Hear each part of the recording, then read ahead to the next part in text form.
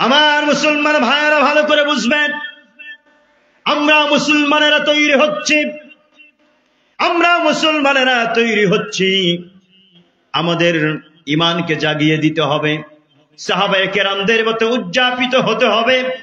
গাজওয়ায়ে হিন্দ কিন্তু আমাদের অচিরেই খুব নিকটে কাছে চলে আসছে।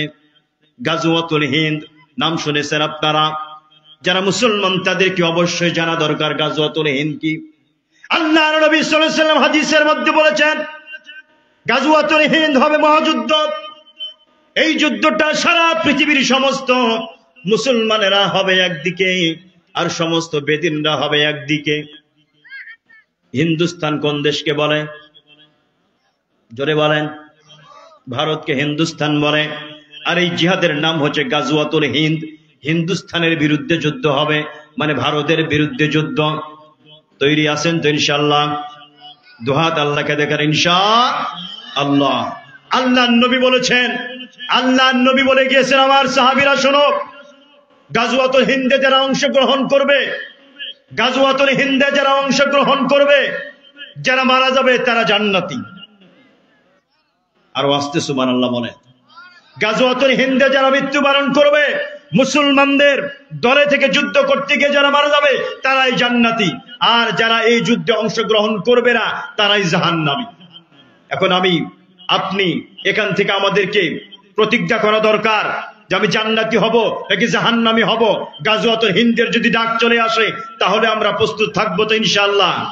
থাকবো তো ইনশাআল্লাহ? এর নজির আমাদের বাংলাদেশে শুরু হয়ে গেছে। বর্তমানে সারা বাংলাদেশে একটা খবর সবচেয়ে বেশি ভাইরাল, সেটা হলো ইসকনকে নিয়ে। কথা বলেন। এই ইসকন বাংলাদেশে ভারতের হিন্দুত্ববাদীর আগ্রাসন। এরা ইসকন মানুষের মানবতার নাম দিয়ে মুসলমানদের পিছনে কলকাঠি নাড়তেছে। সেবার আড়ালে এনজিও নারা। বাংলাদেশে এনজিও আছে না নাই? গ্রামীণ ব্যাংক, আশা, উদয়ন, হাবিজাবি, আরো বহুত কিছু আছে। এরা মানুষদেরকে ঋণ দেয় মানুষের উপকার করার জন্য। আল্লামা মুফতি হিফজুর রহমান সাহেব বই লিখেছেন, সেবার আড়ালে এনজিওরা কি করছে। আমাদের এই বইগুলো পড়া দরকার, বাংলার যুবকদেরকে জানা দরকার এরা এনজিওরা আসলে আমাদের সেবা করছে নাকি আমাদের ক্ষতি করছে। যদি ওরা আমাদের সেবাই করতো, আমাদের উপকার যদি করতো, তাহলে কিস্তি যখন টাকা তোলা লাগে কোন পুরুষকে যাওয়া লাগে নাকি নারীদের যাওয়া লাগে? এই কথা বলেন। পুরুষেরা যারা আছেন কথা বলেন। পুরুষকে যাওয়া লাগে নাকি অফিসে নারীকে যাওয়া লাগে? মা বোন যারা আছেন ভালো করে শোনেন, মা বোন যারা আছেন ভালো করে শোনেন। আপনি তো সেই মা। সারা পৃথিবীতে যত নবী রাসূল আসছেন আপনাদের গর্ব হয়েই পৃথিবীতে আসছেন। যত ওলি আউলিয়া পীর গাউস কুতুব পৃথিবীর জমিনে আসছেন হয়েছেন, সব আপনাদের গর্বে হয়েছে। আব্দুল কাদের জিলানী আপনাদের গর্বে হয়েছে। আপনার বড় পবিত্র মা, আপনাদের মান সম্মান ইজ্জত আল্লাহ তাআলা দিয়েছেন, নবী মুহাম্মদ সাল্লাল্লাহু আলাইহি সাল্লাম দিয়েছেন। কিন্তু ইহুদি খ্রিস্টানদের টার্গেট মুসলমানদের নারী থেকে ঘর থেকে বের করে কিভাবে করা যায়। এজন্য সেবার আড়ালে আপনাদেরকে তারা ঘর থেকে বের করে। যদি তারা সেবাই করত, আপনি নারী, আপনি মা, আপনি বোন, আপনি ঘরের মধ্যে থাকবেন, আপনাকে তারা অফিসে যাওয়ার জন্য বলতো না, ঘরের পুরুষদেরকে যাওয়ার জন্য বলতো।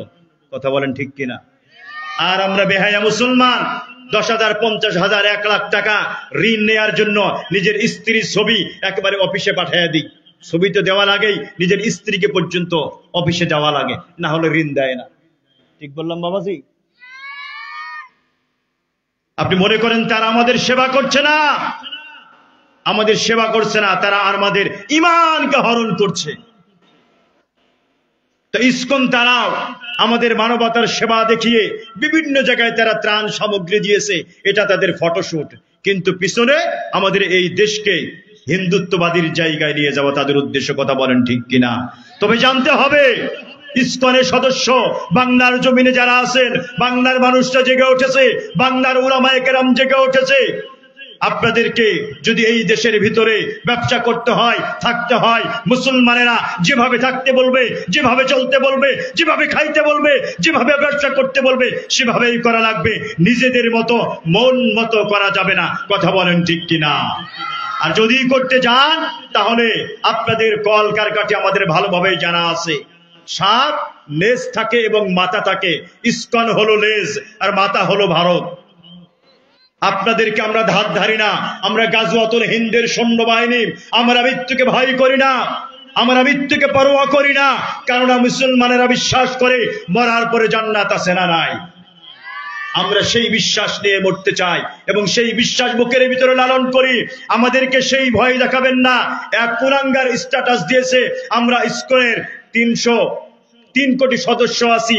আরে বেকুব, আমরা তো ওই মুসলমান বদরের প্রান্তরে মাত্র 313 জন নিয়ে আমরা খেলা করেছি। কথা বলেন, 313 জন নিয়ে আমরা খেলা করেছি। আমরা সেই মুসলমান, তোমরা 3 কোটির ভয় দেখাও। আর বেকুব কোথাকার, বর্তমানে বাংলাদেশে 22 কোটি মুসলমান। কথা বলেন ঠিক কিনা? এক আবু সাইদ রক্ত দিয়েছে, বাংলাদেশ থেকে জালেম পালিয়ে গেছে। কথা বলেন ঠিক কিনা? আমার এক আলিফ ভাই সাইফুল ইসলাম আলী আইনজীবীর এক রক্ত তোমরা ঝরিয়েছো। খোদার কসম করে বলি, এক আবু সাইদের রক্তে যেমন বৃথা যায় নাই, এক আলিফ ভাইয়ের রক্ত বৃথা যাবে না। এই বাংলার জমিনে তোমাদের ইসকনকে নিষিদ্ধ করা হবে আজ অথবা কাল। কথা বলেন ঠিক কিনা? কোন হিন্দুত্বের আগ্রাসন এই বাংলাদেশে চলতে দেওয়া যাবে না, যাবে না, যাবে না। কথা বলেন ঠিক কিনা? আপনাদের এলাকার আশেপাশে হিন্দু ভাইরা থাকতে পারে, এতদিন আপনাদের মন্দির আমরা পাহারা দিয়েছি, তার আপ্যায়ন আপনারা দেখিয়েছেন। আমাদের চট্টগ্রামের মসজিদকে ভাঙচুর করে দিয়েছেন, আমাদের মসজিদকে আপনারা ভাঙচুর করেছেন। অথচ 5 মের ঘটনার পরে, 5 আগস্টের পরে আমাদের দেশের মুসলমানেরা, মাদ্রাসার তালিবুল ইলম ছাত্ররা আপনাদের মন্দির পাহারা দিয়েছে। আপনাদের উপাসনালয়, আপনাদের ইবাদত ঘর যেন নিরাপদে থাকে এই ব্যবস্থা আমরা করে দিয়েছিলাম। কিন্তু আপনারা আমাদের মসজিদকে ভাঙচুর করেছেন। এটা ভারত না, এটা বাবরি মসজিদ না, এটা বাংলাদেশের ভূখণ্ডের মসজিদ, শাহজালালের এই পুণ্যভবের মসজিদ। একটা মসজিদে হাত দিয়েছেন, খোদার কসম করে বলি, আর একটা মসজিদে যদি হাত দেওয়া হয়, বাংলাদেশের কোন হিন্দুর হাত রাখা হবে না। কথা বলেন ঠিক কিনা?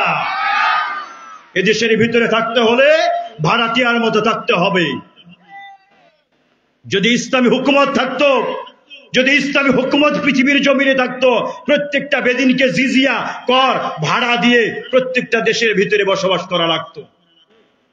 ইনশাআল্লাহ এজন্য আপনাদেরকে বলি, এ দল গেছে, আরেক দল আসবে।